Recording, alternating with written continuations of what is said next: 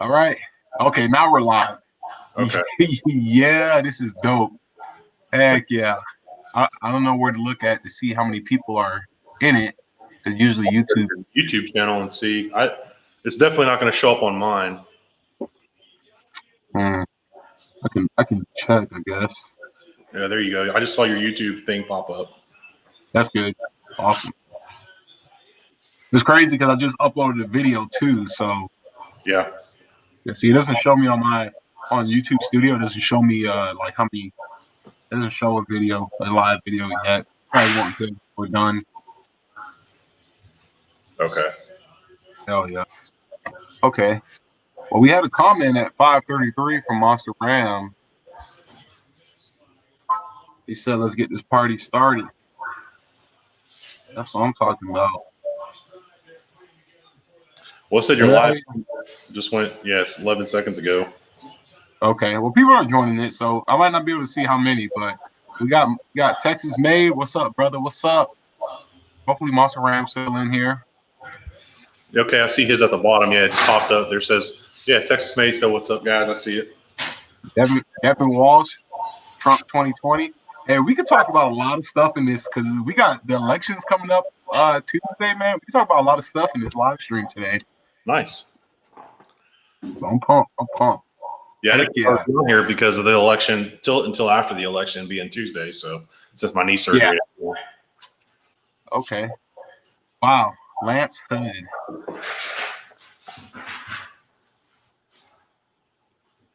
Your content has been slacking lately. Straight called you out.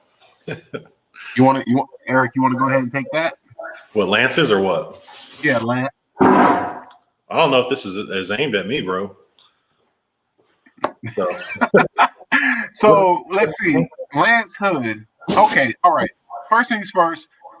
Oh, okay. I can see how many people we got. We got 12 people in the live chat. Thank you guys for checking out the channel today. 1 second. Let me take that off real quick. Thank you guys for checking out the channel tonight on the live stream on a Sunday.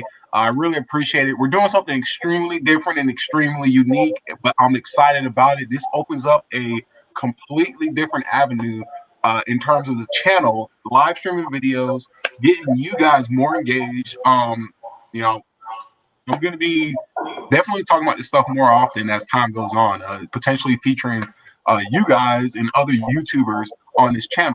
So real quick, you guys are looking at this dude on the other side of the screen. And you're like, who the heck is this? This is a good friend of mine, Eric. He lives out in Oklahoma. On Instagram, he's known as OKC_67, right? Did I say that right? 6.7, yeah. Okay, so OKC 6.7, and he's also the same on YouTube. He has a YouTube channel, okay, you guys.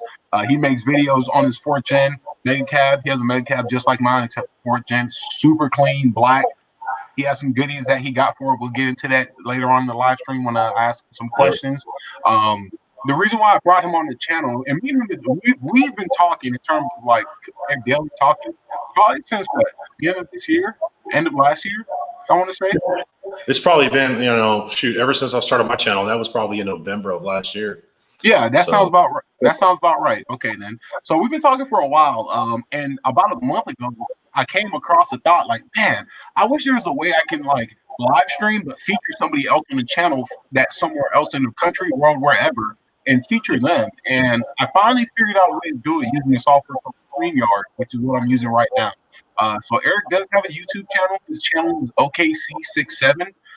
Go ahead, check it out. He's almost close to 1,000 subscribers. He's a little under 700 right now. He's doing a cool giveaway. He has tons of 4th gen content on there. You guys definitely want to check it out because you guys have heard me mention this in my videos before that we need more Cummins YouTubers. We really do. Besides myself, Greg A. I think Dark Iron Diesel Horse, Cargill, you got Pat or Shane out there, Big Daddy Shane, or Real Shane on YouTube. There's not a whole lot of Cummins YouTubers that make content on their trucks and other types of builds and such. So anytime I can get and see a new up and coming channel, a Cummins specific channel, because there's tons of Duramax channels and the Power Stroke scene. It's over there somewhere. Okay. So anytime we can get that, I love to see it. I'm a big supporter of it. I see we got 12 people in the live stream. The biggest thing I can ask for is make sure you like the live stream. It's free. It costs nothing to you. Make sure you like it, you guys. Okay. So with that being said, here I'm going to start posting comments that you guys comment and I'll post on screen, and we'll talk about it. Eric's going to talk about his setup, what he has here in a little bit. I'm going to ask him some questions, and then we're also going to answer the questions you guys drive. So before I post the first question on the live stream, Eric, go ahead. I gave you an introduction, but kind of tell me your background about you, your YouTube channel, and your build in terms of the comments you have. All right, so like Cam said, I started off in probably of November of last year. My first video I actually posted up on my YouTube channel was on Thanksgiving Day. I was kind of like some of the other people out there, was just skeptical, like, man, I wish there was more YouTube content. I wish there was more people to follow that have a same, I say drive or same passion as I do when it comes to the diesel truck scene. And I was like, you know what, the hell with it. I'm just I found a GoPro on Facebook for Marketplace for like $100. So I went and bought it, and I started, and I just kind of put my information out there. It was absolutely terrible at first when I started, but hey, you know what? You got to start somewhere. So I have a pretty nice truck, in my opinion. It's a 2014 Ram 2500 Mega Cab, like Cam said. I have a 6-inch BDS lift. At the moment, I have 22-inch American Force wheels with some 37-inch Nittos, and that is going to be swapped up here soon. I just ordered some 24s. I kind of let a little cat out of the bag there. So I just Yeah. I just ordered some 24-inch polished wheels, American Forces. I'm not going to give away the exact style yet, but I'm still in the moment of searching for tires because of, there's just a huge selection out there and clearance issues and things like that. I don't just only have the lift wheels and tires done. I do have some engine mods done.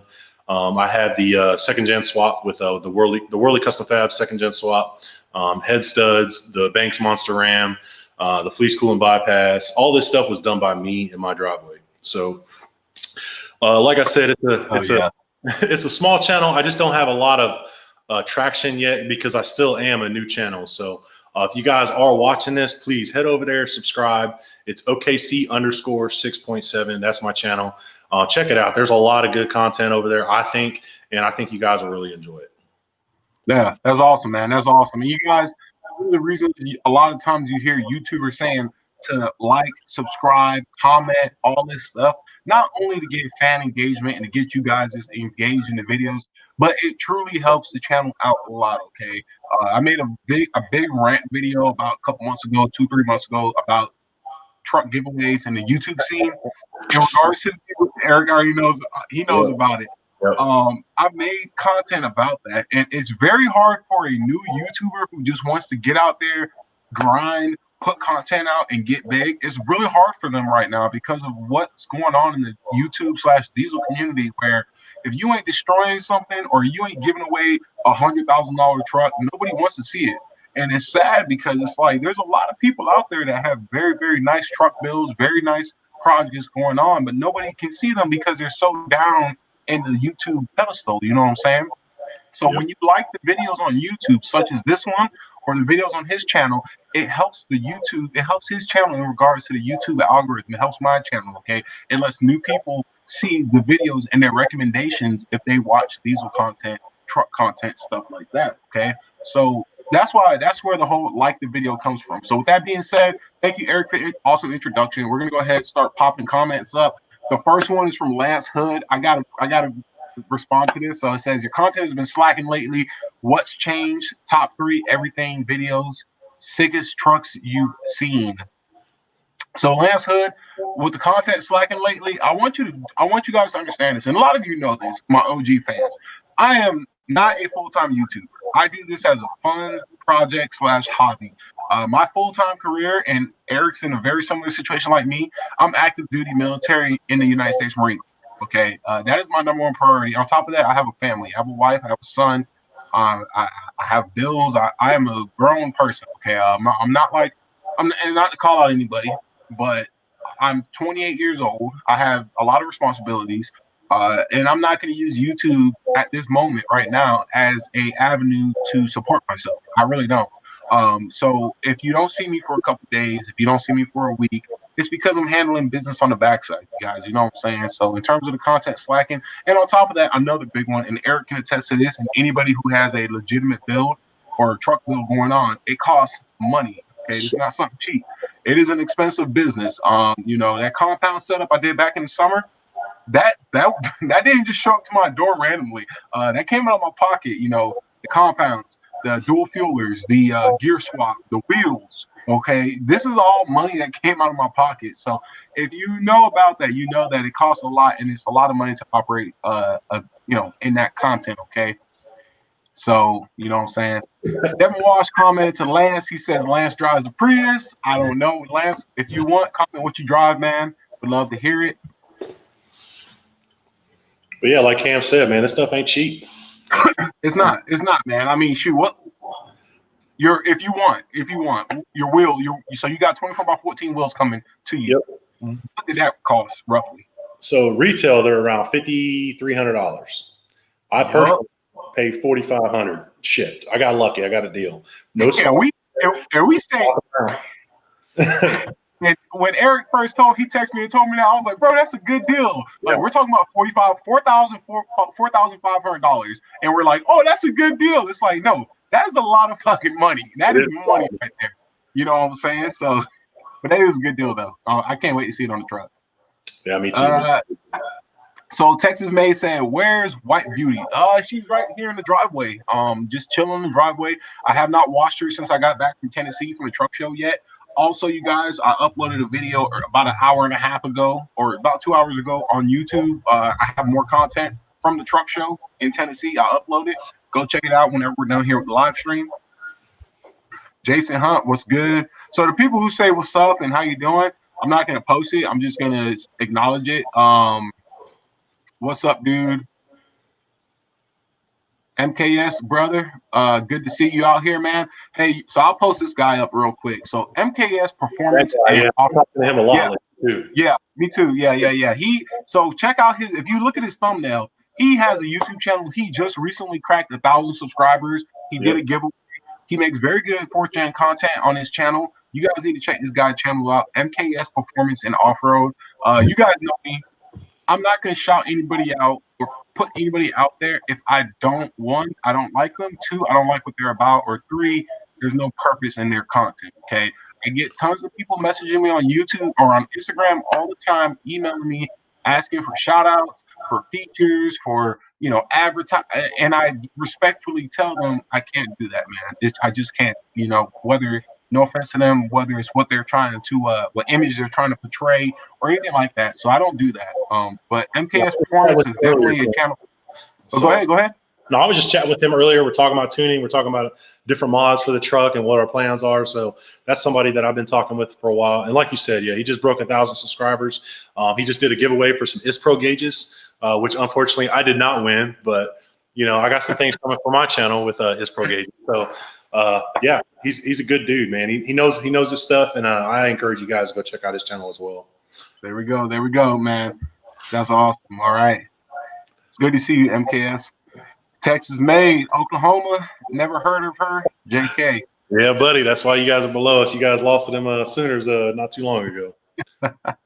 I know that's right. Mike, Monster Ram, Mike, it's good to see you, man, in here. You guys don't know, but Monster Ram, he comments a lot on the videos that I post. Also, his name is Mike. He actually lives local to where I live at. He is full of a lot of knowledge. And I love Monster Ram / Mike because he's almost like my, I guess you could say, guardian angel in the comment section, because there's been times when people have commented some really bad shit. And Mike was the first one to like step up and say something. He's like, well, first things first, XYZ. And I don't even say nothing. But Mike, I see what you're doing, man. I actually saw what you did, yesterday? Well, I think it was yesterday on the last video about the tuning. I saw what you did there. Thank you, brother. I appreciate it. That's why I hearted the comment. So thank you, man. I see you. Texas made. Are y'all going to do a transmission rebuild? Eric, I'm going to let you go first because you're the guest. Well, I just did a valve body on my truck. I did the RevMax billet valve body on mine. I have my truck's, it's a 2014, but it's a lower mileage truck. I have 37,000 miles on my truck. It's pretty young. and I don't beat the piss out of it. So I don't think I'm going to be needing to do a transmission rebuild anytime soon. The only thing I'm really going to do, I think that I want to add later, is a billet flex plate and a torque converter. So I have talked to RevMax, and I've been looking at doing I think it's a low call, or I have it written in my phone. Just let me pull it up since we're out here. Yeah, good. I got I've been contacted with a few people out at RevMax, and they've been wanting to work with me. So with what I'm going to do with them is pulling it up, a 17 blade low stall converter is what they're recommending for my setup. I don't plan on doing any boosted launches or any drag race anytime soon with my setup. So I think that's going to work out fine for me. Okay. Now, I don't know if you know, because I'm well versed in the transmissions and whatnot, but the stall, and feel free somebody in the comments to comment this. By having a lower stall transmission, or a lower stall torque converter, that just means that the torque converter is going to lock up at a lower RPM, correct? Yep. Okay. Yeah. All right. And that's just the higher the stall, from what RevMax was telling me, if it's a higher stall converter, it's almost like being at 4 low, like the truck wants to go. It's almost trying to push you through a stoplight. Okay. That's what he was telling me. So the low stall with my setup, the 37s and the gearing and everything like that, then this should be exactly what I want. So. Okay. Awesome. Yeah, that's legit. Hey man, RevMax does some good stuff. For my transmission, Texas made, to answer your question, Red Horse Motorsports out in Denton, Texas. It's about on the outskirts of Dallas. Dallas Penn is the owner of Red Horse Transmissions. Back in July, I went to Texas for some business, and I met Dallas Penn, the owner of Red Horse Transmissions, and I was 100% sold on it. Okay, so Dallas does now. Somebody asked me this a while ago. What parts does Dallas use, or Red Horse Transmission uses? They use, I want to say 80% of their parts are from RevMax. They actually have a lot of connections with RevMax. They're actually one of the first transmission companies in country to test out RevMax's new product, billet. RevMax, Eric, you know about this. RevMax came out with a billet valve body. He was one of the first ones to actually get that in and to actually put it on the truck and give them R&D back. The biggest thing with RevMax, and you might hear me talk about it a lot, Eric on his channel talk about it a lot, or any reputable person. The thing with RevMax is RevMax puts so much research and development into the 68 RFE. It's not like BD or ATS or somebody else out there where they make a bunch of transmissions, the 6.1 R40s, the 4R100s. RevMax can make those transmissions, but what their craft and specialty is with the 68. And any company willing to put that much effort into that transmission, the 68, which was at one point being the worst transmission in the diesel truck / nightmare, it means something. It stands for something. You know what I'm saying? So I know we got dudes out here in the comment live streams that have RevMaxes in their truck and can attest to that as well. So, and on top of that, if I'm correct, Eric, their customer service, and Mike, also Ram, I know you too. Your customer service is second to none. Is that correct? Oh yeah, it's top notch. And I'm telling you, if you guys just call them up right now and ask questions about what the best transmission, they're gonna talk to you like you've been there before, like you've actually bought products from them. They are very helpful, and they will definitely lead you down the right path with just answering questions. They're phenomenal over there. Have nothing but good to say. Hell yeah, that's awesome. So, Mike, it's good to see you, man. Mike Roberts. Oh, I went too fast. Mike, you commented basically cancer. What was that in regards to? I'm just curious. Texas May just checked out his page. He said it's a nice truck. Thanks, man. I appreciate you. It's my pride and joy out there. That's right. He also said about the White Claws. So today, if you guys are curious, no White Claws because today's an awesome day. The Dolphins played against the Rams and smoked them. So we got the Voodoo Ranger IPAs, 9%. Eric, are you sipping on anything? Yeah, I got the whole fancy old Miller lattes. I don't know if you guys like that.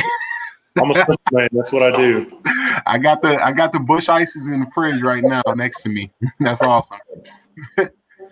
You're gonna try to do more truck shows, MKS Performance, brother? Yes, I will. But being in the military, I got hit. So I'll just give you guys a little background, okay? So in the military, we have something called SDA/B billing. It's kind of like doing a job outside of your job. And this is the first time I talked about it on the channel. I got hit with recruiting for next year So yeah, Eric knows what I'm talking about, and Mike out there, I know you know what I'm talking about. I got hit with recruiting. I'm going to be doing recruiting next year. Um, my time, and I'm going to make a video talking about this in depth later down the road as it gets closer. But my time is going to be a lot different slash my availability. I'm not going to say I'm going to be attending any shows next year until I get closer to that moment, just because my job. One thing I've since day one with this channel is my career and family come first before YouTube. And with that, sometimes it sucks, truck shit with the truck scene. But if my cards get played the way I want them to get played, there should be no reason why I can't make Daytona Truck Show next year. You know what I'm saying? So Yeah. I'll leave it to that. All right, Mike, we got Monster Ram saying here he's saving money for compounds. Eric, so you say he's saving money for compounds. I'm just gonna keep saying Mike because I know your name's Mike. Mike, what compounds are you looking at? Because I know me and you went back and forth for a long time about you talking about compounds. So I would love to know what compounds you're talking about. Let's see a dual S400 setup, Mike. Come on, man. I tell you what. I know Dirty Max Jack made that single cab Cummins, that third gen, and he put an S467, S480 on there. That seems like yeah. Well, yeah. That seems like a potent setup right there. Yep. And when he did that, I don't think it's going to put so much pressure on the bottom end of that motor. Obviously, compounds are going to do that, but an S480 over an S467, I think, is going to put a good amount of pressure in there, but nothing crazy high to where it's going to blow out that bottom end when you do the quick stuff. So, yeah, that's definitely a nice setup. Oh yeah, it was nice. Really Custom did that one. I think that was the first S400 setup really made. Yeah. They don't have anything for the 4th gen. I asked them about that, but they don't have anything for that yet. So no. See what the future holds. I know Evil Fab does, so maybe WC Fab will get up online and get that taken care of. Yeah, I anticipated getting bigger. And this is just me personally. I believe compounds, because you got to think, 10 years ago, 2010, 11, if you had compounds, that was like strictly racing. Like you were racing or you had a high performance truck made to burn stuff up. But now, with the technology, tuning, compounds is becoming more and more common than you would think it is, because the concept is there. You get the low end spools, you get the high end spool. EGTs are phenomenal. I was gonna make a video when I was driving on my 10-hour trip to Tennessee. I was gonna make a video recording talking about EGTs and showing my EGTs. So I was driving through Asheville, North Carolina, and I was going up mountains. I think it was about 14. The highest incline was 14% grade, 14 and down grade. And the highest my EGTs hit were about 1050. I did not hit 1200 EGTs, which was mind blowing. Mind you, I'm on 40s. I'm on stock fuel, but I'm on 40s riding in Tune 4. And I thought it was good. So. Yeah, compounds are just what scares me about compounds is putting all that pressure on the bottom end of the motor. So you look at guys like Turbo Tom, where they're running that big single, and he's pushing out well over 2,000 horsepower probably in that truck. And compounds are just it's a scary thing when it comes to these motors, because when you get into the performance side of things, everything's about 5Gs, right? You have a nice turbo setup, that's 5Gs. You have a compound setup, that's 5Gs. You got injectors, that's 5Gs. You got dual fuelers and other things, that's 5Gs. Rods. Just rods alone, from what I've looked at, is $5,000 just for rods. So that's crazy. That's what kind of scares me about going on a compound setup, because I'm in the military too, man. Like you, we don't make that kind of money to just dropping 5Gs every couple. Oh, shoot, that's about it, man. Hell no. Yeah, and with the compounds, another thing too about them, people don't realize is your drive pressure goes up. So when people think about blowing the head gasket, and I'm glad, I wish I made a video talking about this. I should. People talk about blowing the head gasket. They don't want to put too big of a turbo because they're going to blow their head gaskets. The boost that the turbo makes is not what is causing the gaskets to lift or to blow, or your heads to lift up. It's the drive pressure. So what you have is something called boost to drive pressure. Try to get my hands in focus. Boost to drive pressure ratio.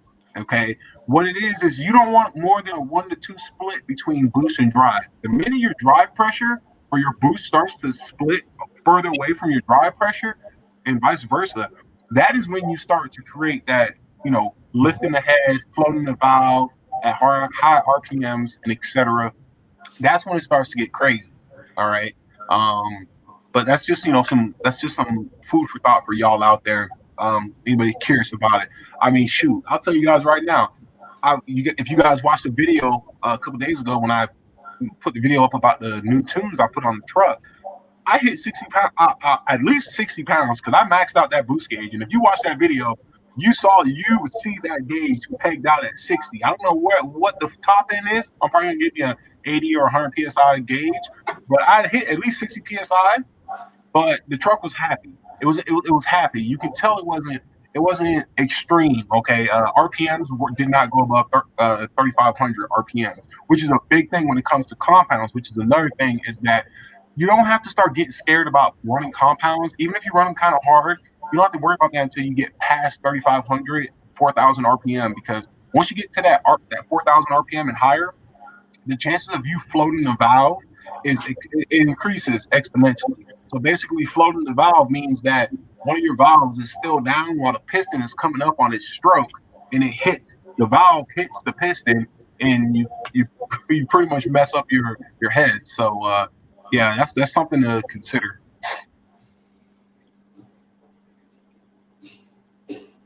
Hell yeah! So we got MKS said runner up though. I don't know about that, man. trying to be cool now, So. Yeah, dude. I tell you what, dude. People think they slick when it comes to trying to call out people or about. Man. I had cats. I understand. I had cats in Tennessee hitting me up talking about something. You want to race? When I was there, I'm like, bro, my truck's on 10-inch lift, 40 stock trans. Get out of here! Like, no. Heck yeah, Holiday Evolution. I finally got Android radio for my car. It's an Eon. I don't know what that last word is. What's that last word? I have no idea. Oh, well, hey, I tell you what. If you got an old school third gen like me, where it had the basic old school radio in there, anything less than a 4th gen, or even the early 4th gen from 10 to 12 before they upgraded to the Uconnect 8.14, I think. If you don't have that, you need Apple CarPlay / Android Auto. It is awesome because your truck has that feature, doesn't it? What's that? Apple CarPlay. No, mine has. I'm just on old Uconnect, man. I haven't really updated it or anything like that. But it's just old. And I definitely don't think it's Apple CarPlay because it was well before Apple CarPlay came out. Oh, really? Oh, I didn't know that. Okay, yeah. All right. It still looks good though. It looks good. Yeah, I like the technology. So yeah, that's what I'm saying. I have Kevin H. I have a Ram 2014 Ram 3500 dually. What do you guys think for a daily driver? Don't too much anymore. 2nd gen swap or compounds? I would steer you towards 2nd gen swap, man. Compounds are nice. If you want to keep the exhaust brake, then go compounds. So you can keep the stock turbo down there and put a 475 or whatever you want above it. But if you don't really care for that, you don't tow much. I don't tow anything. Mine's just my daily driver. Then I would lead you towards the 2nd gen swap.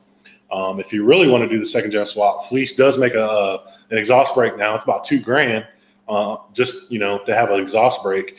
But I would recommend you just going towards a 2nd gen swap, in my opinion. Yeah.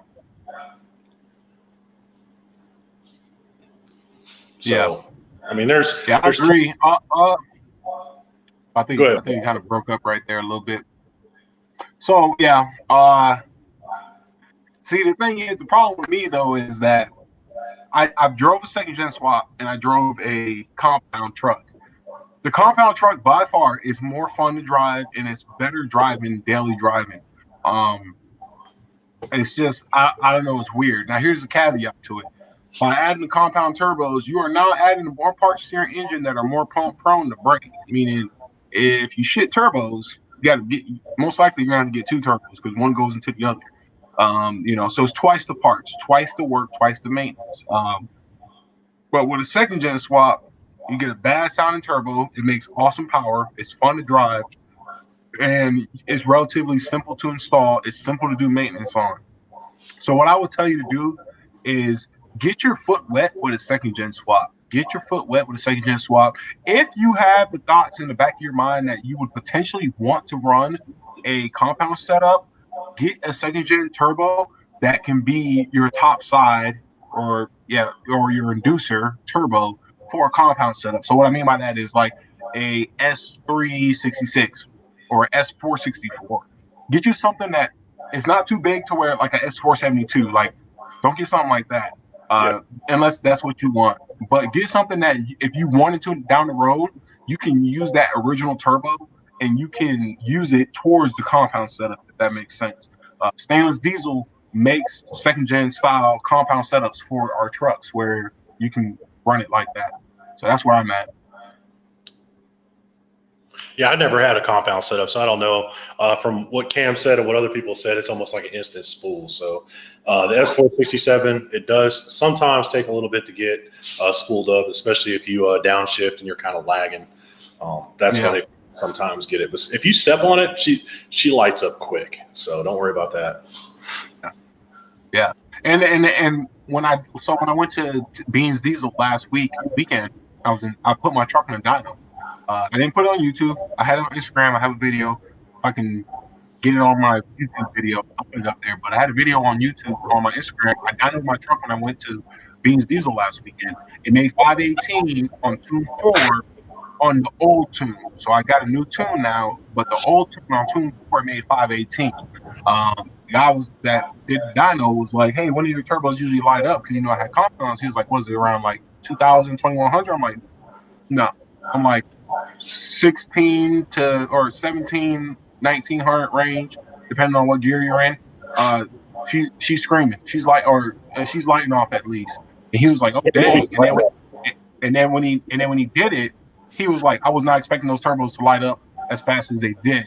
So that's food for thought, man. But definitely, at the end of the day, you can't go wrong either way. If you do a second gen swap, you're gonna love it. Trust me, you're gonna love it. I ran a 464 and I ran a 467. You're gonna love it. If you do compounds, you get the best of both worlds. I'll leave it like that. That was a good question, Kevin. Thank you, man. Justin Hawkins Smith, brother, what's up, man? It's good to see you in the chat, man. Awesome. Hey, you guys, real quick. Again, if you guys are trying to find more diesel channels, Justin Hawkins Smith, a young man out of Kentucky, has a beautiful SEMA ready. I was gonna say Gen 6.0 Power Stroke, but trust me. If you guys can see the picture in his comment right here, that is the front end of his truck. He has a full build story on his truck on his channel. Check out Justin Hawkins Smith. Awesome guy. He's a young man, but he has his head on his shoulders. Very, very good YouTube videos, and he's always trying to help you guys out by giving promo codes and etc. like that. So, Justin, thank you for checking out the channel. I still got to hit up TV lighting for those things me and you talked about. Eric knows what I'm talking about too. So we got some lighting and stuff coming to the third gen here, hopefully soon. Yep. So heck yeah. Hey, real quick, Arizona Diesel, thank you for the donation, brother. More power to you, man. I appreciate it. Thank you so much. Heck yeah. It's good. We got 26 people in the chat, man. That is awesome on a Sunday night. Thank you guys so much for joining the channel tonight. It's a good time, man. I'm already almost done with my first beer. When were you talking? Yep. Okay. He's talking about the giveaway video ran. Yeah, I remember that. Video. Yeah. You were waiting for that. I know. You were waiting for that shit. Yeah, I kept asking you, like, hey, man. It was just the timing, man. Okay, so real quick, I'll go back to this comment. So you guys, I made a video a couple months ago talking about the YouTube / truck giveaway scene. It's flooded everywhere, and there are a lot of people I know that are tired of it. It's on YouTube, it's on Instagram, it's all out there. It's basically these people who have money. They claim they care about the diesel industry and they're about the diesel industry, but I don't see them at drag meets. I don't see them out there and stuff. They're just building these $100,000 trucks because they have money. They're just giving them away. But they call it a giveaway, although it's not giving it away because the definition of a giveaway is something that does not require the spending of money or any monetary value. It more so is a raffle, which is spending a certain amount of money to increase the odds of you gaining some sort of object. Okay. So I pretty much made a video talking about that, and I pretty much called it a sham. It's not a giveaway; it's a raffle. You know, you got 18 to 21-year-old hardworking Americans who these kids are working construction jobs, trade jobs, who are making money on a paycheck, and they're giving a quarter of their paycheck away to these channels because they're so hopeful and they're so young and naive. Not that saying that's a bad thing, but they're so young and naive and they want it so bad, but they're just really losing their money. And the thing is you know, some people say, oh well, they're getting a T-shirt out of it. Listen, if I spend $100 and get 4 T-shirts, I'm not getting nothing from that. I can go to Walmart, I can go to Target, I can go to Marshalls, Ross. I give me 4 T-shirts and spend probably less than $20 if I really want to. You know what I'm saying? So that's my thought on it. Hate it or love it, it is what it is. All right, Kevin. By the way, I love both of your channels. Hell yeah, I appreciate it, brother. Thank you, man. Appreciate it. DZL Rod drinking them natty lights. Hell yeah, brother. Hey, one second. I'll show y'all real quick. DZ, this is for you, brother. Oh wait, this is a Bush. Never mind. Bush latte. It's still good though. Yeah, hell yeah. Bush Ice, not Bush Light. Bush Light is disgusting, but Bush Ice is good. It's 5.9%. Can't get back. 12-pack, North Carolina, $6.99 all day. What's up, AP? It's good to see you. We were talking earlier, bro. So Monster Ram comment and said a modest setup for compounds, S362 SXE. Man, you love them SXEs, but they're good. They're good. And a 475 SXE. Good. Tongue twister. That is a good setup. I think that is a screamer all day, every day, especially if you do the compressor cover mod, that T51R mod that you did on your S460 or S369 SXE. Is that from HKS? Is that what that video was on? Was it the HKS? Which one? Where he did that mod? Yep, the T. Yep, the T. Mm-hmm. I've considered doing it on mine, but the thing is with mine is like I hear the turbos scream. I hear the turbos spooling. You know, when I'm just taking off, and I'm just like, yeah. I'm like, I don't know if I want to hear more screaming driving normally, because like, believe it or not, but for you guys out there, compounds are actually quieter than a single, like a second gen swap turbo or a single turbo. Yeah, just mine screams pretty good. So go ahead. I said mine screams pretty good. You can just hear it just driving down the road doing 40. You can hear it whistling. So I don't know how you guys do it with the 5 blades, where it's like just screaming. Just like howling. Twin 5 blades on his, or the compound 5 blades on his, and that thing's just got to be ripping it. Yeah. People do it, but people like it, man. Yep. Oh, there was a correction. S475. 475 or 472? No. I think he meant 472. So I think he meant S362 and S475 or S472. One of those two. Okay. I think if you talk to any turbo companies, I think they're going to be more prone to steer you towards the S475 route, just because it makes top end. It's reliable, it's proven, and it makes pretty good top end boost. Not making over 750. I got you there. Hey, Scott Link. Here's another YouTuber. It's good to see you, man. Welcome back. Hey, man, I appreciate the comment earlier. I watched your video earlier. So if you guys didn't know Scott Link, he's a YouTuber as well. He has a Duramax channel with a 2019, correct me if I'm wrong, but it's an L5P black Duramax. It's extremely beautiful. I just watched his video this morning of him installing, I want to say hot and cold side pipes from Worley Custom Fab, if I'm correct. It's an awesome channel. Check it out. His YouTube channel is Scott Link. So go ahead and check that out, you guys. I think you will be very satisfied. Thank you for dropping a comment, brother. I appreciate good stuff. Yeah, they do. I don't have any Worley Custom Fab products just because I'm cheap, but I watch their videos. You know, they're that Midwestern company. It seems like they do a lot of stuff. It seems like Duramax is like their front runner / like their baby, but they make things for the Power Stroke and the Cummins too. So that's always good.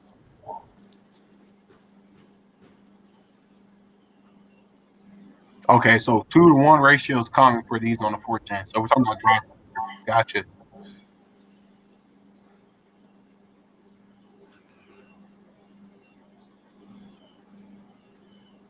Okay. Not too sure about this one. About the washing machines. Yeah. Hey, get back to me, Rod, on that one. Let me know. Track Tech studs or ARP? I got ARP Me 420. too. Yeah, I got 625s. I'd recommend them. You just got a reputation, you got a name, you know what you get, and you know what you're paying for. So, Yeah, I agree with that. And a lot of times you can go on the forums, you can go on uh, if you have a following on Instagram or anything like that. A lot of times you can ask people, hey, anybody selling some ARP head studs they want to get rid of, and a lot of times I got my head studs off somebody. They were brand new studs, but I bought them off somebody used. I think I paid $325 for them, brand new ARP studs. We usually the 420s go for about what 420, 425. yeah, something like that. Yeah. Yeah, yeah. Now, what I will say is this. So I got reached out recently or not recently, probably about a couple months ago from a company called Exotic Performance. Um, they manufacture head studs. So what's happening is right now is the head stud, and this is very similar to the forged wheel market. Head studs market is being challenged right now because there are companies that are being able to manufacture, test, and develop head studs the same way ARP can. So what does that mean? Well, the more competition you have, usually the lower the price is going to go down, just to stay competitive. Before these guys and track tech studs, ARP never had competition going back to Lord knows when. So what that means is they got a monopoly and a grip on it. So if they want to charge $600, $1,200 for studs, they're going to charge that because ain't nobody going to be out there to challenge them. But I do know for a fact and expected to see more companies come out. I do expect more companies to come out challenging their head studs. Power Driven Diesel actually is very reputable diesel performance shop. Power Driven Diesel actually made a video talking about head studs and talking about different brands compared to ARP. And all I'm gonna say is check out the video because you might be surprised checking it out. You know what I'm saying? Texas May, y'all seen Greg A blow his cylinder head in one of his races? I thought the truck caught fire. I'll let you go. I haven't seen it personally, but man, that dude blows so much stuff up when it comes to his turbos, whatever the case may be. And he seems like he's got an unlimited budget, so he can do whatever the heck he wants and just keep on trucking. So the dude is he's got to make. Yeah, I blow the cylinder head gaskets. Actually, I did not see that one. I've seen multiple videos of his trucks blowing up or blowing something. I can't put this one to mind though. But like Eric said, he definitely has the funds for it. Or the resources, I guess you could say. Resources or the sponsorships, yeah. whatever. Yeah, I'll say resources / just resources. We'll leave it there. All right. Static Wave says, take the rear blocks out. Don't you do it, Cam. Don't you do it. You know I'm not going to do that. Tony Key, what's up, brother? It's good to see you, man. You messaged me yesterday. That was awesome. Hey, everybody, I appreciate it. We got 28 people in the live stream. If you can, hit that thumbs up button. I would greatly appreciate it. Mr. Flawless, what's up, man? This is another YouTuber. He does polishing videos on aluminum, detailing videos on vehicles based out of, if I'm correct, Las Vegas. If I'm correct, what is that? Is that an OBS? No, that looks like a Tahoe, like a late 90s Tahoe Suburban wheel. That's why I was wondering. It looks like a dually front wheel, so I thought it was like a crew cab dually that was slammed. So it might be. I can't tell based off the picture because it kind of like gets a little cut off. But, Jamie, what's up, man? How's it going? What's up, Jamie? Justin. Yep. That's me. It's OKC _6.7. Go check it out, man. I just recently found you on YouTube, and I've been watching some of your videos as well. So nice build you got going on there. So there you go, Justin. There you go. Hopefully that answers your question, man. Dude, I hope you get better, man. You got the Rona. Take time. Don't be in a rush to get back out there. Get yourself taken care of, man. Watch videos, YouTube videos. Keep yourself busy in the meantime, man. I wish the best for you in terms of your health and recovery, man. yeah, get to feeling better, man.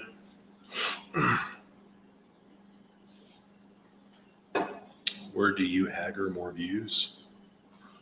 I'm not Mr. Flawless. I'm not too sure what that means. In terms of haggling more views. Okay, here we go.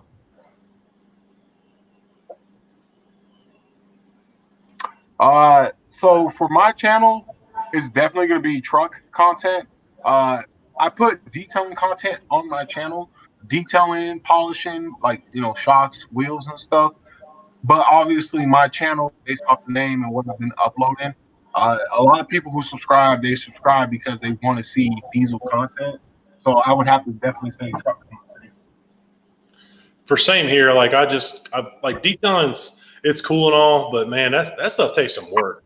I'm more of a hands-on wrenching kind of guy. I just did a paint correction on my wife's Mercedes like last week, and that was miserable. I don't see how people do that stuff for a living.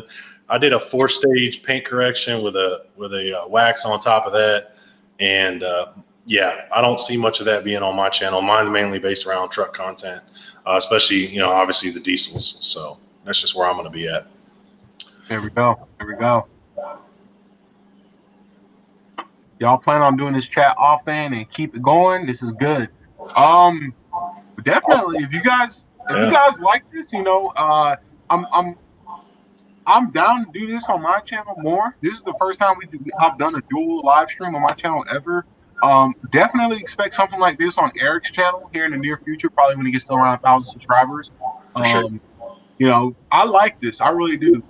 Just because it's not just me. It's not just one diesel dude. We have another diesel dude. And the thing that's crazy, and people bitch about and complain about social media, technology is ruining society. This is something right here where it's like, you can use it for good. You know what I'm saying? We're using the internet. We're using social media. We're using technology. I got a diesel dude here in Oklahoma. I'm in North Carolina.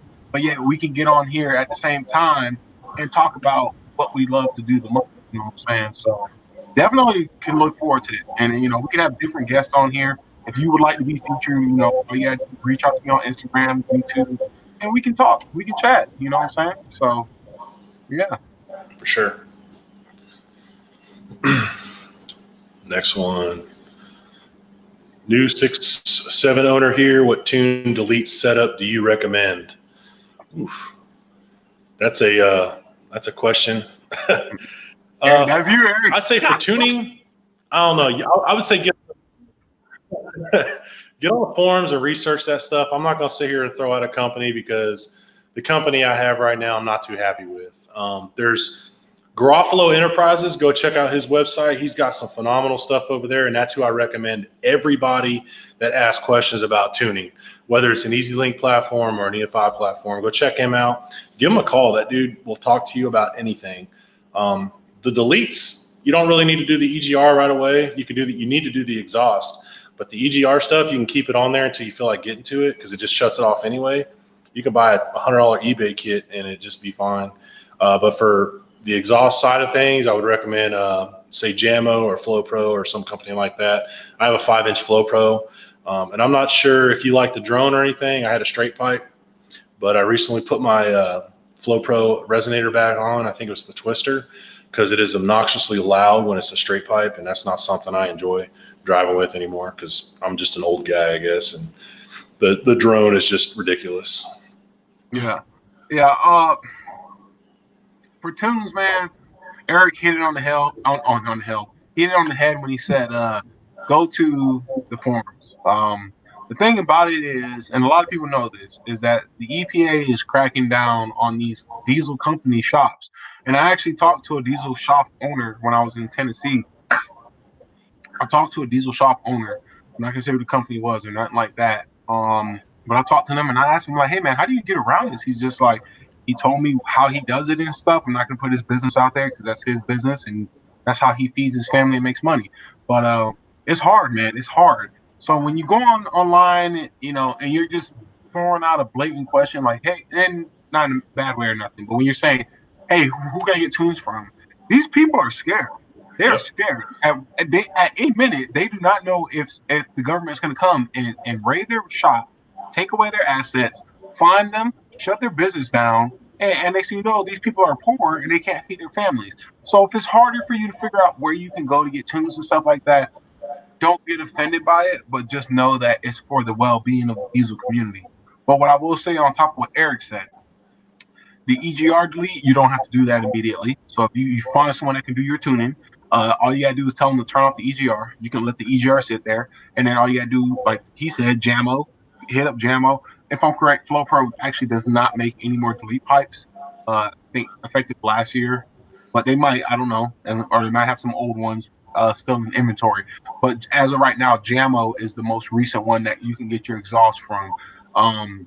If you really wanted to delete the EGR, you can go on eBay and buy an EGR delete kit for like $80, $100, and it works fine. People ask me all the time, what EGR delete kit should I buy? The On the cheapest. comments, what's up? I say the cheapest one. It don't matter. Exactly. It's not like a 6.0 Power Stroke where if you buy the Chinese EGR delete, it's gonna crack, leak coolant. No. On a 6.7 Cummins, they're all the same. As long as you have the blocker plates with the gasket on them, as long as you have the coolant reroute tube, and that's it really. So whatever's the cheapest one you can find, it'll work fine. You won't have any issues from it, and if you do, then you just tell them and get your money back. So, but yeah. Sam's talking about a washing machine because electric equals motor. Okay, combustion is an engine technically. All right. All right, Sam.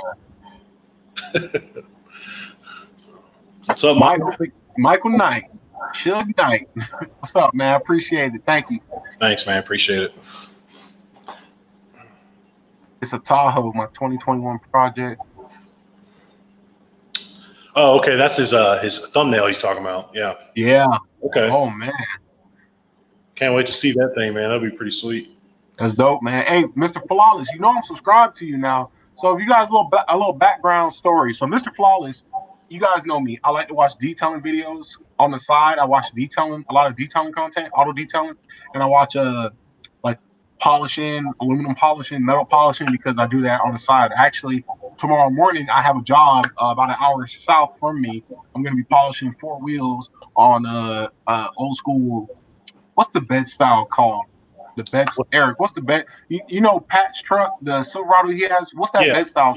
The side step cab, or they don't call it OBS like a cat eye. Or, yeah, it's a step side they call it. But. Yeah, side step. So I'm going to polish it's an early '90s Silverado single cab with the side step bed. I'm going to go polish his wheels. He has some aluminum wheels on there.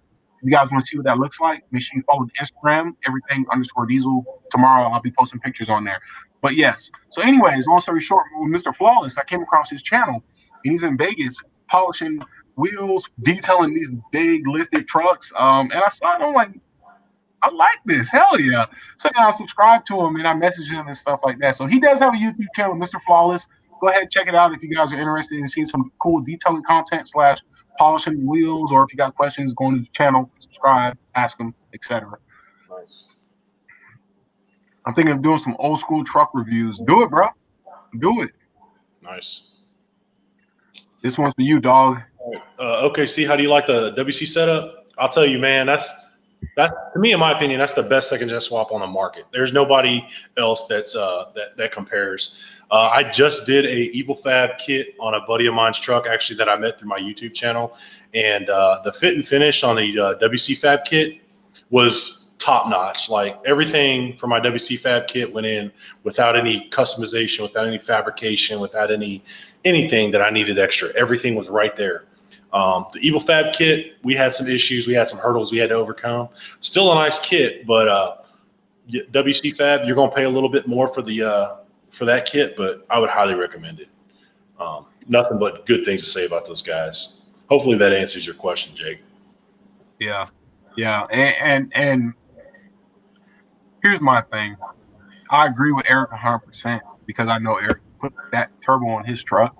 and I represent Smedden Diesel / MDC Diesel. But if you watch my videos, there's one thing that I will never say, and I will say is that MDC makes the best turbo kit. I've never said that in any of my videos. I've never said they have the best, easiest installation kit ever. My thing is this: if you watch, and I challenge you guys, go watch my compounds video installation if you have not watched it. I call out some of their flaws in their compound kit when I'm installing it, just because I'm like, this is I'm not even, I don't work there. I'm just a regular dude, you know, and I can see the problem here. If I can see it, then I know damn sure y'all can see it. And that's the thing I'll hit on that, Cam, too, is the kit that we did on Bodie's truck was an easy install. It only took us about 7 hours, but we had our issues, right?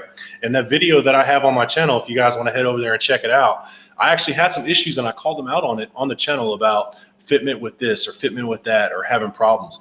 And they were kind of giving them some not problems, but like kind of like, hey man, try this. But as soon as they saw my YouTube video, they changed. They were like, okay man, hey, we'll send you this, we'll send you this, we'll send you this, we'll send you this, because they maybe from their viewership that it was not the right part, or they didn't send them the right, say, oil drain, like one of the things. So they actually had to send him some other parts, and we're going to be probably putting those on here in a couple of weeks to get all that stuff ironed out. And I tell you, man, that's crazy, man. It blows my mind because you claim to be and this is not disrespecting them at no means, but when it comes to business, when a customer reaches out, and this is such a pet peeve for me, when a customer reaches out to a company and they're saying, hey man, I'm having issues with this, and the company can't say anything like, oh, did you do this right? Did you do this? What are you using? And it's like, dude, like, I'm not an idiot. I know what I'm doing when it comes to, basic tools and basic, mechanical skills. But when you have to go through those leaps and bounds, it speaks in its own words about that company. I tell you what, I'll tell you guys the experience, because this is a live stream. There's probably going to be a lot of people on here that watches this video afterward. But when I was installing my compounds, I came up on the bracket for the atmospheric turbo, and it refused to line up. It just would not line up. I mean, if you were seeing how far off the holes were from the block of the engine, you would be like, this is not made for this truck. You really would think that. So I called them and I'm talking to them on the phone, and I'm talking to people, and I'm like, hey man, like, what's going on here? And all they say is, oh, screw the bolt out bigger so that way the bolt has some room to slide around, so you can kind of slide the bracket around to get it lined up. And I'm like, why do I have to do that? Why should I have to do that? I just dropped several $1,000s on this turbo kit. I should not have to do that. You know what I'm saying? And to go off what Eric was saying, it's like that, you pay for what you get, is what I'm saying. Now, if you were to ask me, do I love my compound setup? I would tell you, fuck yeah, all day, every day. Not without a doubt. But if you're going to ask me how was the installation, that's another story. But yeah, man. All right. Where we at? So that was Jake Bailey. Thank you for the question, Jake. I appreciate it, brother.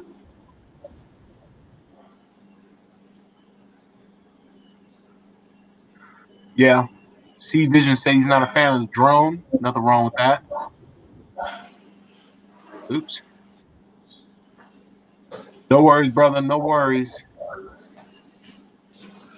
Eric, you got a question? I got a baby bladder, man. I had to go drain the main vein. Okay. Hey, you're going to answer this, and I'm going to go do the same thing. BRB. Right. So, what pros and cons have you seen from your RevMax valve body?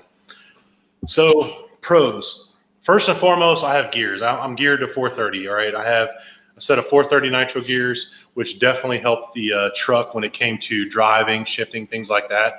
When I had the gears installed, I did not do a relearn on the transmission. It was to the point where, from what I've heard, a 68 RFE is a constant revolving, constant learning transmission that I didn't have to do gears. Truck never threw a code, truck never had any issues, whatever the case may be. I installed that RevMax valve body, and I put it in and immediately did the tunes right after, just to up the line pressure to 225. And I took it easy for about probably 100 miles.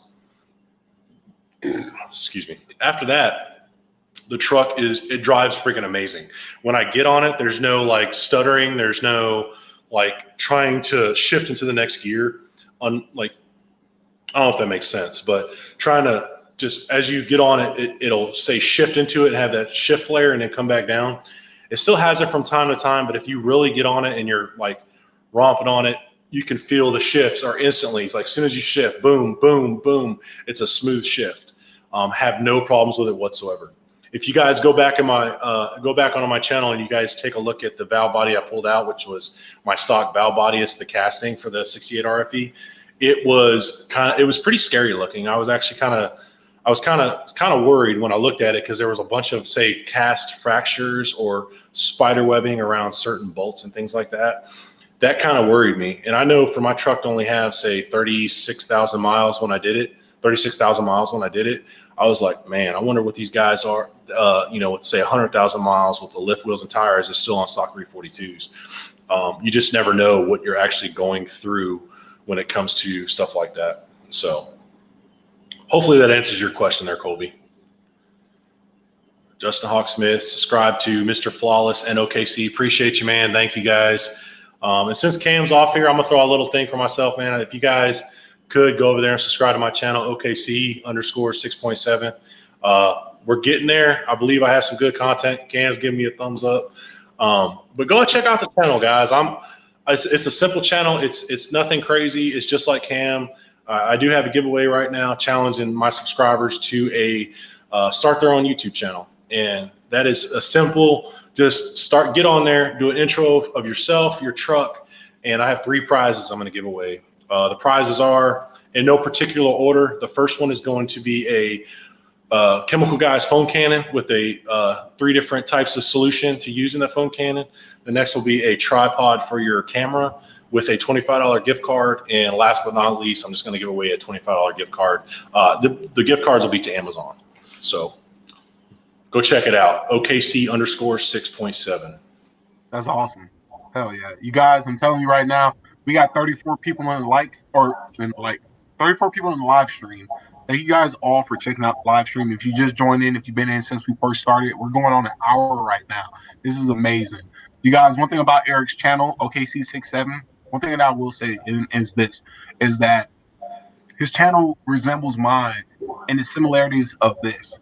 It's simple, okay? When I first, back in January 2018, when I first started my YouTube channel, I wanted to make a channel that was simple, people can come to, get the information they needed, and go on about their business, okay? Too many channels are out there where it's smoke and mirrors. It's all this filler stuff, and people just want to go there and see something. So like my channel, I take pride in it. You know why? Because guess what? My channel is actually the only YouTube channel that shows how to install a second gen style over under compound setup on YouTube. My channel is one of the only channels that shows how to install a separator gasket on a 68 RFE valve body. You know, I have multiple videos on my channel that are the only videos on my channel that you can find. My channel is also one of the only channels that shows how to do from step 1 to step A to Z, how to do a grid heater delete on a 6.7 Cummins, because it's completely different than on a 5.9 Cummins, you know. And the thing I take pride in is that my channel is simple.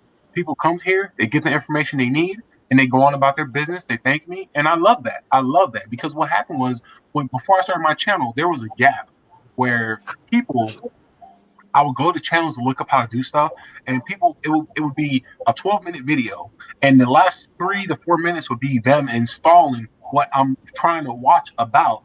But the first 7 or 8, however many minutes, is them just talking about random stuff and all this, and it's like, dude, I don't want to see that, man. You know what I'm saying? So I made a point and effort to be direct on my channel.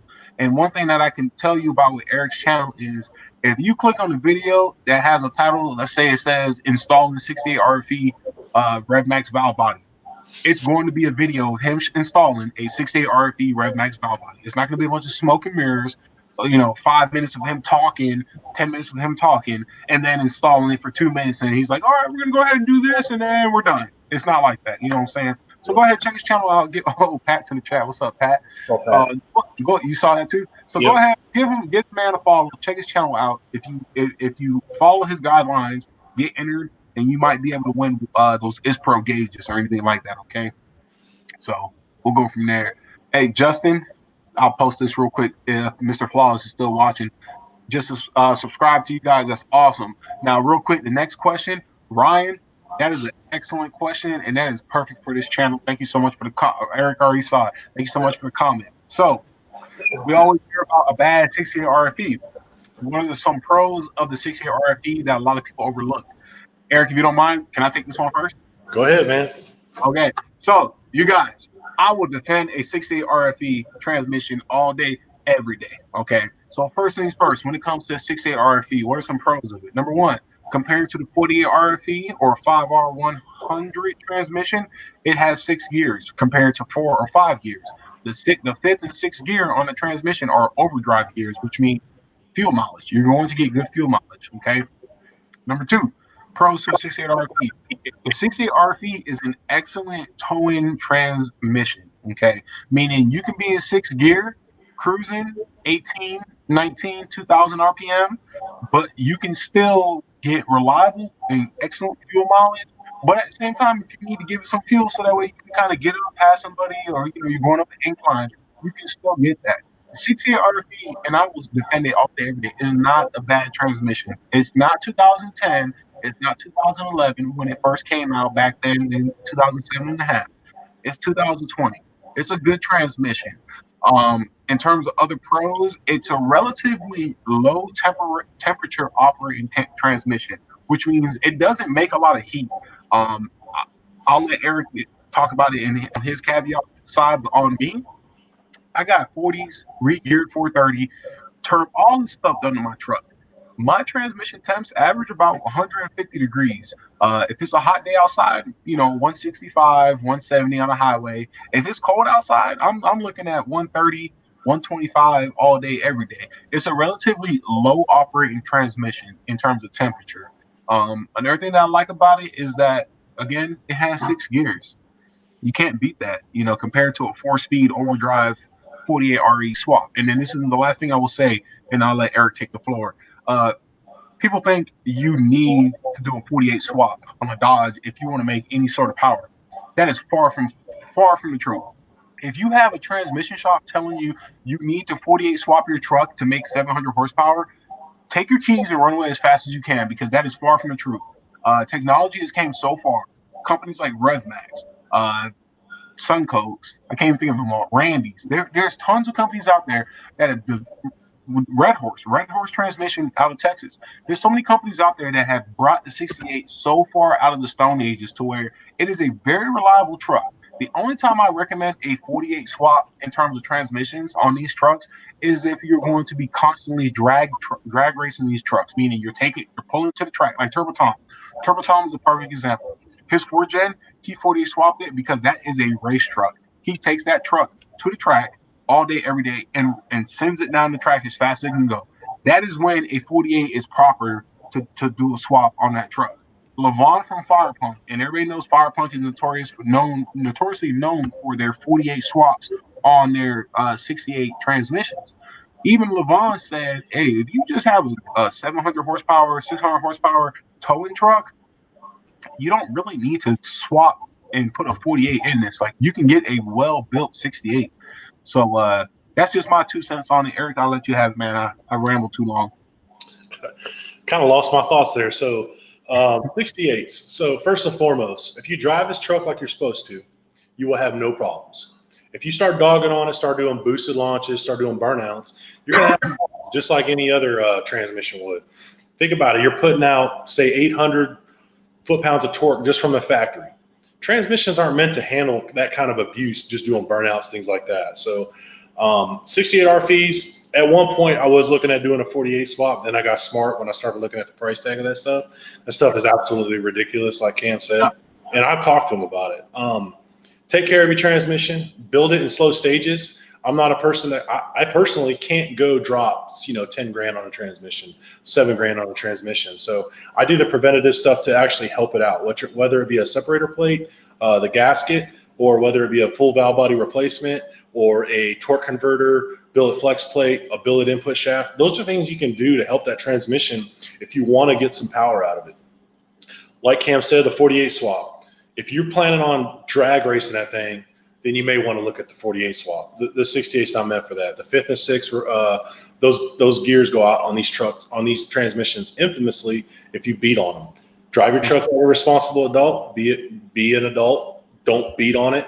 I know it's hard sometimes when you have all that power at tap. Trust me, I know. We both know that we have that power there, but we know that he's turning 40s, I'm turning 37s, and it's probably not smart to do that. So treat your transmission with some respect, treat your truck with some respect, and you'll be fine. 68 will last you just fine. There's people out there running 500,000 miles with 68s, no problems. So yep, that's a big fact. Big fact. And you guys, if you didn't know, I have a stock-ish, besides trans tuning and the ATS valve body separator, I have a stock 68 RFE with 183,000 miles on my transmission. Yep. Have not changed my trans once. Running 40s, I re-geared it to 430s, and I stay in tune 4 or 5 24/7. My truck does not go below tune 4 ever, really. Actually, barely. Another thing I'll hit on too, Cam, is if you're lifted, you got wheels and tires, gears are your best friend. I know it's not a fun mod. I know it's not a celebrity mod or like doing a second-gen swap, but gears are something you need to heavily look at and invest in. If you don't have those, your transmission is under so much pressure. She's not happy. She will break if you keep, driving her like crazy. I know the RPMs change and your gas mileage might change a little bit, but the pressure that the transmission is under is not a good thing. One other thing I want to hit on is the thermal bypass for the RevMax. Cam and I talked about this a few weeks ago, is, putting in that there's a thermostat, I think on the 13 and up Ram 2500s with the 68 RFE, there's a thermostat in there, just like your truck, just like your engine coolant. If that thing fails, your transmission will run hot and it'll pretty much eat itself alive. I put mine in there from RevMax, and at the most, for just daily driving or on the highway, I saw 130 degrees at the hottest temperature for my transmission. So it's maybe something to look at. It's $100 for the part. It's a little peace of mind, and it'll definitely help keep your temperatures down when it comes to your transmission. Oh yeah, that's a big fact. That's a big fact. So for the fourth gen Cummins, the thermostat bypass valve for 68 RFE. If you don't have it, you definitely need to do it. You can go with RevMax, ATS makes it, BD makes it, tons of transmission companies make it. Definitely was something you would need. On the 3rd gens, we don't have the thermostat valve on there, or the thermostat, so we don't have to worry about that. But at the same time, the thing he hit with gears, that is a huge mod and investment. I mean, when I did my gears, Eric was asking me questions about it, and I told him, I said, bro, this is not, I'm not joking. Like, when you do it, and especially on 4th gens, because if you guys didn't know this, so in 2010, when the 4th gen came out, Dodge went from a 3.73 gear ratio in their axles to a 3.41, so a 3.41, which with the intent of better highway mileage.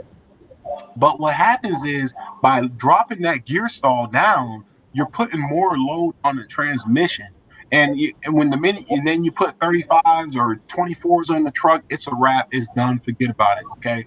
So when you re-gear that truck back to 430s, 410s, it changes the way the truck drives, the throttle response. I'm telling you right now, somebody drove my truck, and I got 40s, 24x14s on there, forged wheels. Forged wheels are heavier than cast alloy wheels, and they did not know that. They didn't know. They said they couldn't tell that my truck had oversized wheels on it. Why? Because I did the things that were necessary to make it feel like that. Okay. Everything Eric mentioned was spot on, 100%. I have thousands, or not thousands, but I have several videos talking about all that stuff when it comes to 68 RFE. Again, at the end of the day, like what Eric said, what I'm saying, it comes down to your right foot. That's really what it comes down to. I mean, you go on Instagram, you see these cats with the power strokes doing burnouts, with Duramax is doing. The Duramax is, I'll tell you what right now, the Allison in its stock form versus a 68 RFE in its stock form, it ain't all that much better. I'm gonna tell you that right now. Those Allison 1000s and 2000s or whatever they got, they go into limp mode a whole lot more than what you know about. People just don't talk about it or put it out there because it's an Allison. It's an Allison. Oh, it's a school bus transmission. No, bitch. Your shit just went to limp mode because you gave it 25% throttle because you're trying to pass somebody, like, on a hill. Get the fuck out of here, okay? So take that for what it is. But Ryan, thank you so much for that question. That was an excellent question. Good question. Oh yeah. What's up, Tim? How's it going, brother? C Visions for straight pipe P1 race exhaust. I just installed one on my 08 like a month ago, like a month. They installed flawlessly. Oh, okay, so this dude's telling you what exhaust to go with. Yep.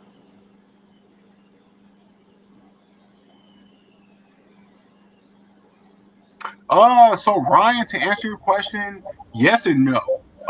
Yes would be you would have to reach out to whoever the head MCCS personnel is for your local region / base / command. I'm gonna be real with you. I 100% don't know. That's something I'd actually be curious about. With COVID happening right now, I want to say the chances of that is slim to none, but definitely something you could look into. I think Jake's responded to him. Check with MWR. Yeah, that's one of the welfare recreation. Check on that. Yeah. I would just get on the forums, man. Pretty much.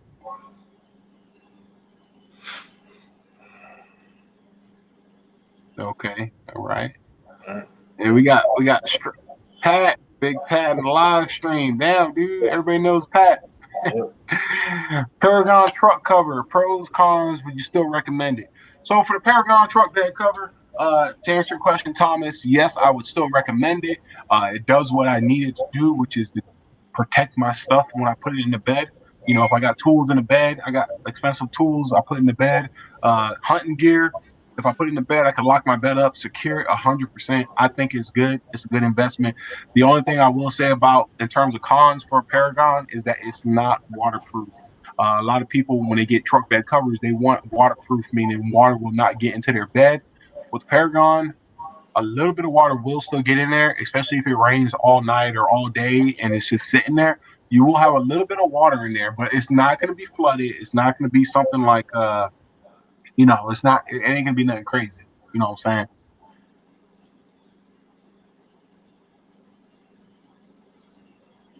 Heck yeah. Justin Smith and Power Stroke Pat having a little conversation in the chat. All right, so one piece or opinion on a one-piece drive shaft versus a two-piece drive shaft. Pros and cons. So a lot of people, not a lot, but a good amount of people hit me up asking about drive shafts for my truck. When I bought my truck in 2016, it came with a single-piece drive shaft. Up until then, I didn't know Dodges came with two-piece drive shafts with a carrier bearing until people started messaging me telling me this. If you have the opportunity, the resources, the money to get a single piece, I would tell you to get a single piece drive shaft all day, every day. Why? Because you don't have to worry about a carrier bearing ever again.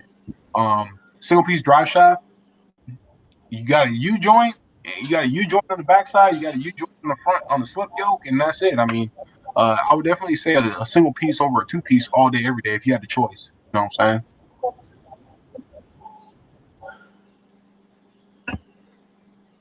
All right, Reginald, subscribe. Yeah, what's up? Nope. What's up? Oh, I hear some people talking about a two-piece, but mine came with a one-piece as well. Mine's straight up mega cab, and it's got a one-piece. I don't have a two-piece with a carrier bearing. Yeah, exactly. The carrier bearing. I mean, if you have a two-piece drive shaft truck, it's not a bad thing. It doesn't. There's no true cons to it in terms of like, oh, it's gonna mess up your truck. It's nothing like that. It's just by having a one piece, it's the ease of mind knowing that you don't have to worry about changing your carrier bearing. You know what I'm saying? What size injectors do you have with dual fillers? Do you need bigger injectors? So, Kobe, right now at this moment, I have my stock injectors in the truck. Right here behind my shoulder, I have some Flux Diesel 120 horsepower injectors that I am waiting to install because MDC Diesel Smedden was nice enough to send me out some heavy duty valve springs. So I'm going to be getting heavy duty valve springs, and I'm going to go ahead and order some heavy duty push rods. So that way, when I do the injectors, because in order to change your valve springs, you have to remove the injectors. I'm going to do it all at once. That way, I'm not going back in there because, take it from me, working on a 10.5-inch lifted truck on the engine bay with a ladder, it gets old fast. So if I can limit the amount of times I have to get up there and break my back working on the engine, I'm going to do it all day, every day. So to answer your question with the dual fillers, do I need bigger injectors?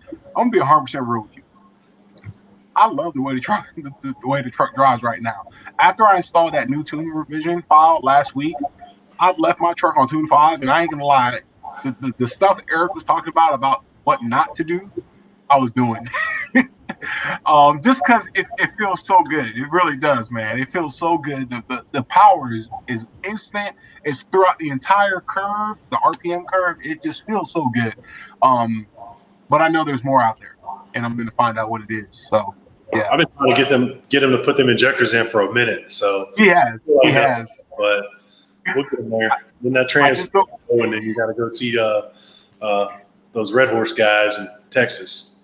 Yeah. Well, that's another thing too. So we got 41 people in the live chat. So a lot of you guys don't know it because I never talk about it. But one of the reasons why I wasn't so fast or so I wasn't so ready to just drop the injectors in and floor it and go is because I'm kind of trying to let my transmission last until I can get it built. Hopefully early next year. I want my transmission to have the best chance to last. And right now it's doing good. It gives me no issues. It runs great. It shifts great. Everything.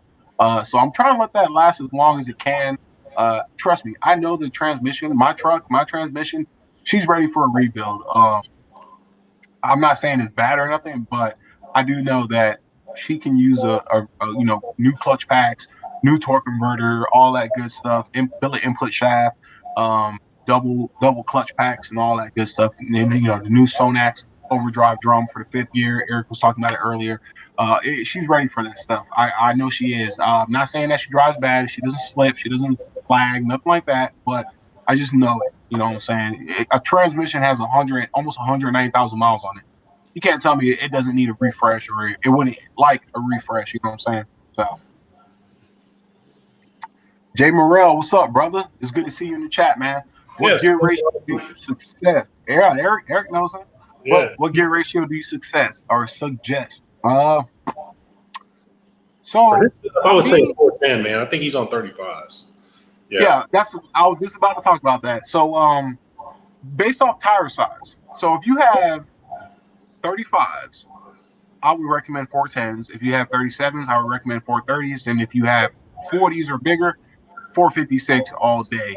I have 430s because at the time when I put gears in my truck, I had 37s, and then I went to 40s. Don't get me wrong, it still drives good. The 430s are very good gears for 40s, but you can tell that 430s aren't meant for 40s. 456s is what would be perfect for 40s.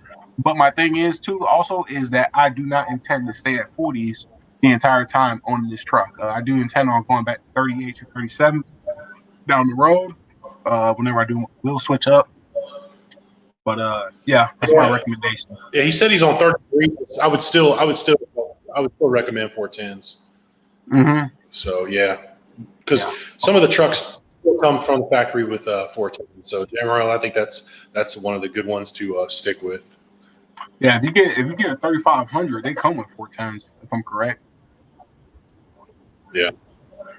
Yeah, I was about to ask you about that too. It's like, you gonna be bringing that thing back down to reality soon, or you're gonna keep it on 10.5 inches of lift?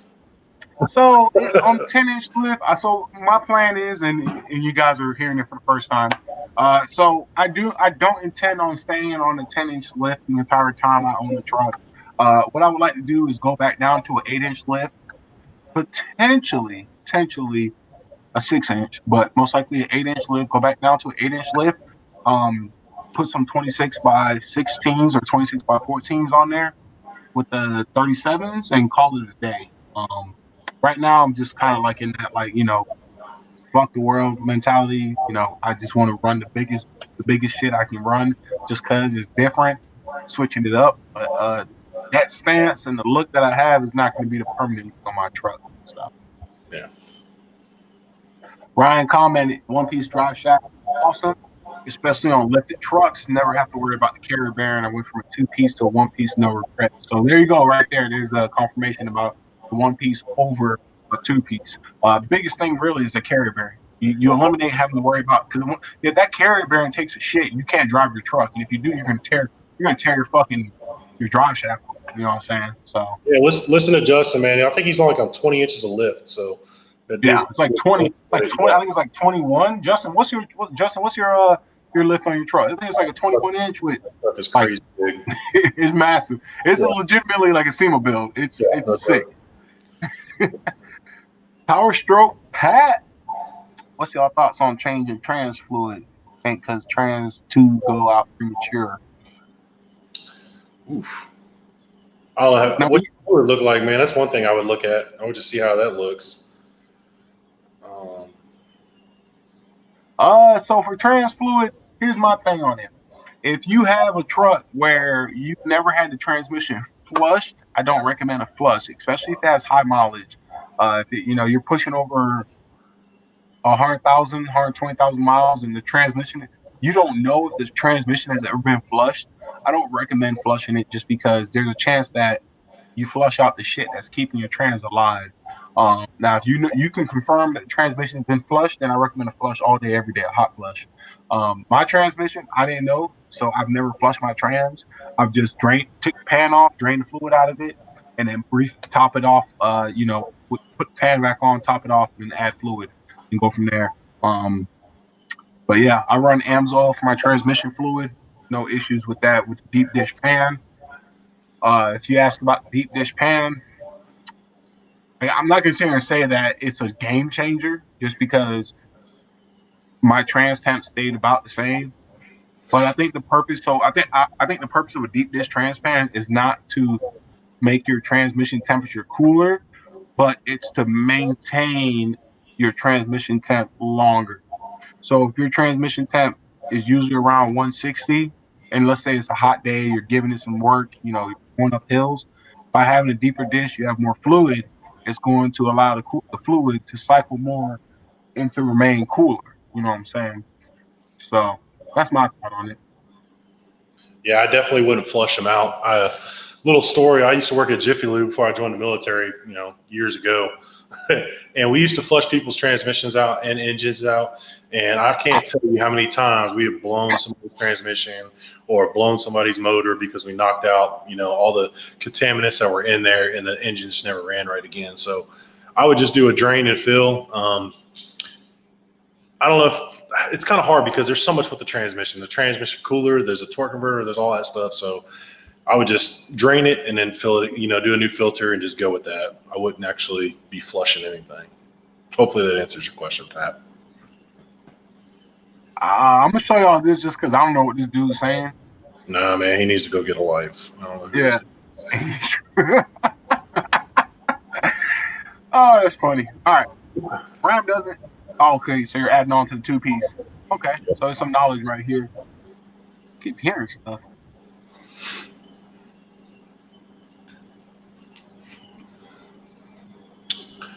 Justin's added to Pat's comment about the fluid. Pros and cons to deleting a 2020 6.7 as poor performance power stock. They all do, unfortunately. My truck was a slug when I first bought it. Me personally, mine was a slug too. My first Cummins I ever had was a 2013, and I only had 3,000 miles when I traded it in. It's pretty sad, but during recruiting duty, I only drove to work 1 mile, each way, so I never really got to drive it much. But I would highly recommend, just if you want your warranty, maybe that's a question you should ask yourself for a 2020. And at the same time, if you want to look at some tuning, I refer you back to Garofalo Enterprises and make sure they can answer your question for you when it comes to that aspect, because they deal a lot with CTT performance and things like that, and they have EFI and EasyLink. So, yeah. Biggest thing, I've had people messaging me asking me about deleting a brand new diesel truck, and I tell them, I said, really, they say pros and cons to doing it, and I tell them the only con really is the warranty issue. Yep. But I've done it and I've helped people do it. They'll delete the truck, leave the EGR intact on the engine, but they'll just turn it off, like Eric said a while ago. Turn it off, and then that'll be it. And then when they go to the dealership, they'll just unplug their tuner or something like that. But yeah, other than that, and also now I don't know how much truth there is behind this, but I did hear that if let's say you take your truck in and it's deleted, brand new. You take it in to get the radio fixed or something inside fixed because something's messed up. I do, and I've heard multiple times that a dealership cannot deny a warranty claim unless the issue that occurred is directly related to what you've done to the engine. You know what I'm saying? So if your water pump takes a shit on the truck, they have to be able to prove the water pump took a shit because you deleted your truck. You know what I'm saying? Or they have to prove that deleting your truck is what caused your head unit or your radio to go out or your lights to fucking burn up. You know what I'm saying? I've heard that a lot. Do I know if that's 100% true in terms of the fine terms? No idea. My truck's 12 years old. It's 100% true. Is it, Eric? Yeah, they can't deny your warranty stuff with because of it's like people trying to deny your freaking windshield washer fluid because you got big lift wheels and tires. It has nothing to do with it. That's the law that is in place, and they can't deny that. So that is something that is actually true. It has to do with the aftermarket performance mods. Okay, so it has to directly correlate with what you've done to the issue. I'll tell you right now, if you have your truck deleted and tuned and you're trying to get something done on a powertrain warranty, so your turbo goes out, you're SOL. There's no way they're gonna work on that. Yeah. Just be ready for that, though. I mean, that's common sense. It is what it is. That's what they're gonna do. Oh, all right. Truck rice. Here we go. Oh, I see it. Eric, go ahead. You go first. Well, up until probably about a month ago, I'll tell you right now, one of the things I thought was truck rice, and maybe I still do, but I really don't even care anymore, would be like rock lights and wheel ring lights. But guess what? I'm looking at them. So I'm polished wheels, so I know that it looks a hell of a lot better at night when you got the wheels lit up and everything like that. So that is something I am definitely looking at. But that was definitely my number one thing that I would say that would be truck rice. And I would say another one is just wheel spacers galore when you're having the wheels looking absolutely crazy and you can see your calipers and your brake rotors from the front of the truck. So what do you think, Tom? Don't leave me hanging on this one. I'm sure I'll catch some fun. I know. I already know you about to say.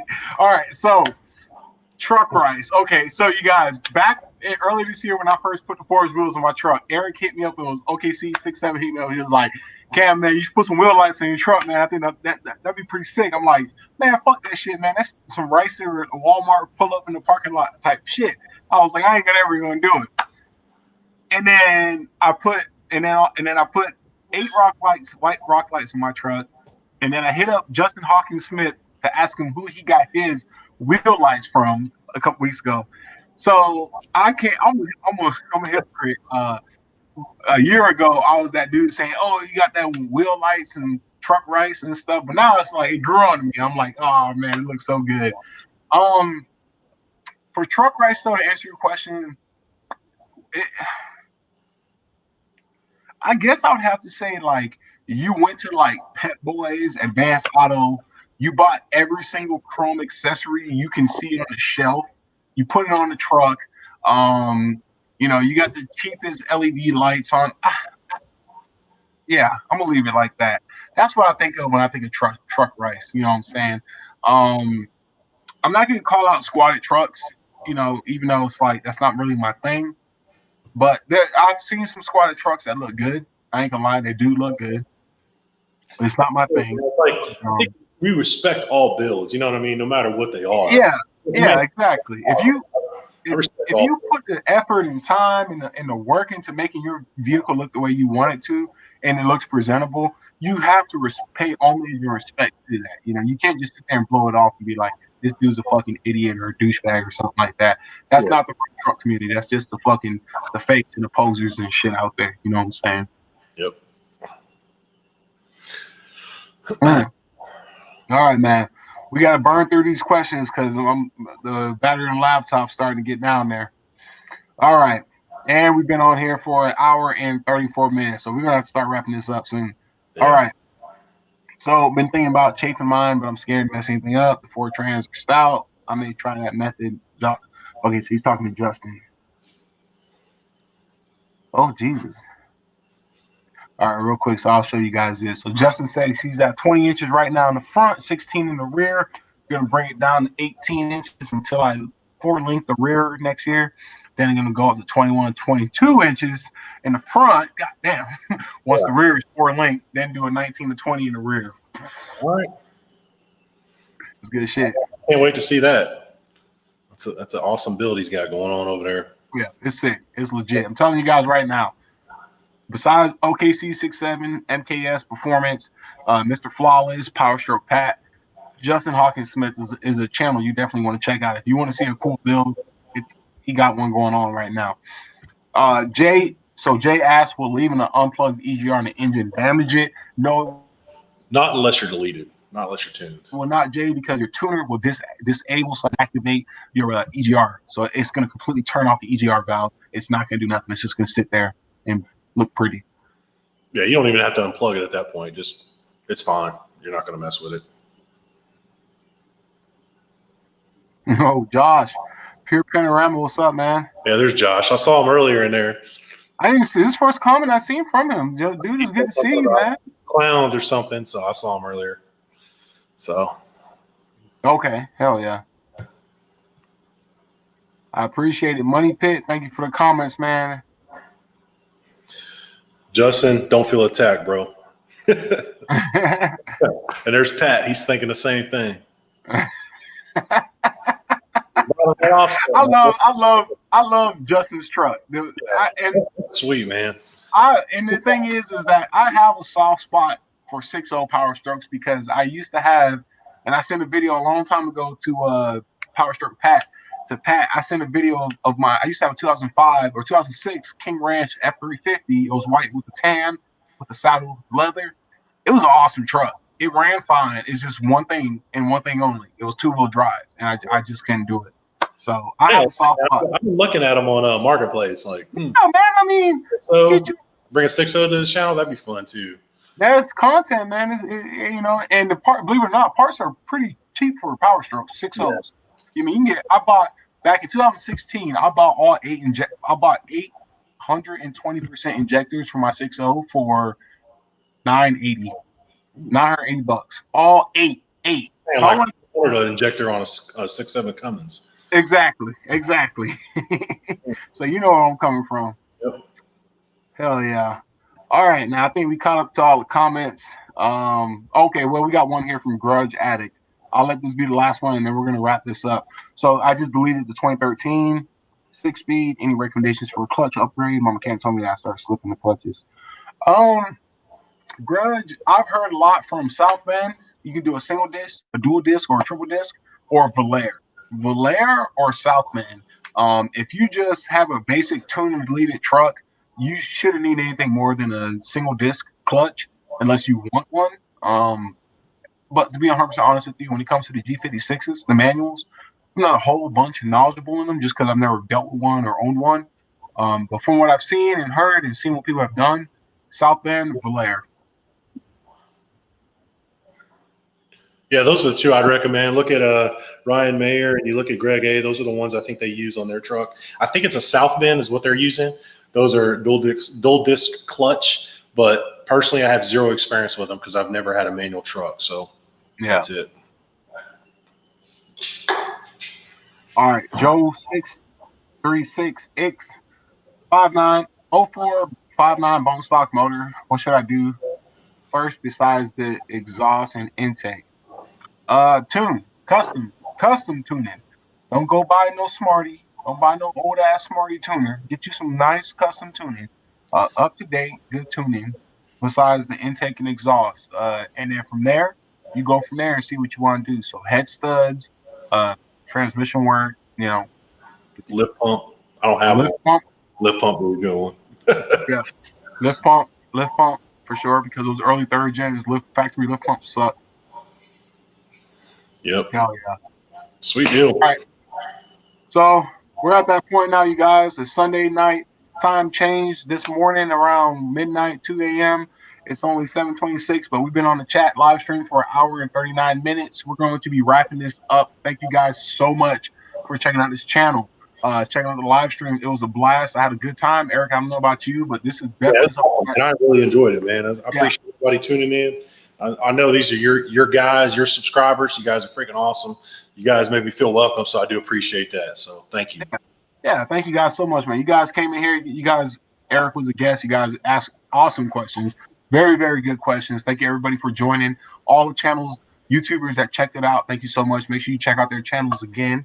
And really, that's really it, man. This was awesome. This was a fun time. You guys definitely make sure you subscribe to my channel, Eric's channel, all the other channels I mentioned, because this is not going to be the last time we do something like this. Who knows?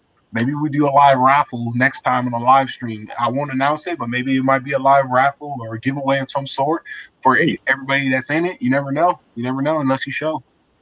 Yeah, just one more shout out for myself, guys. OKC_6.7. You got to put me up over there.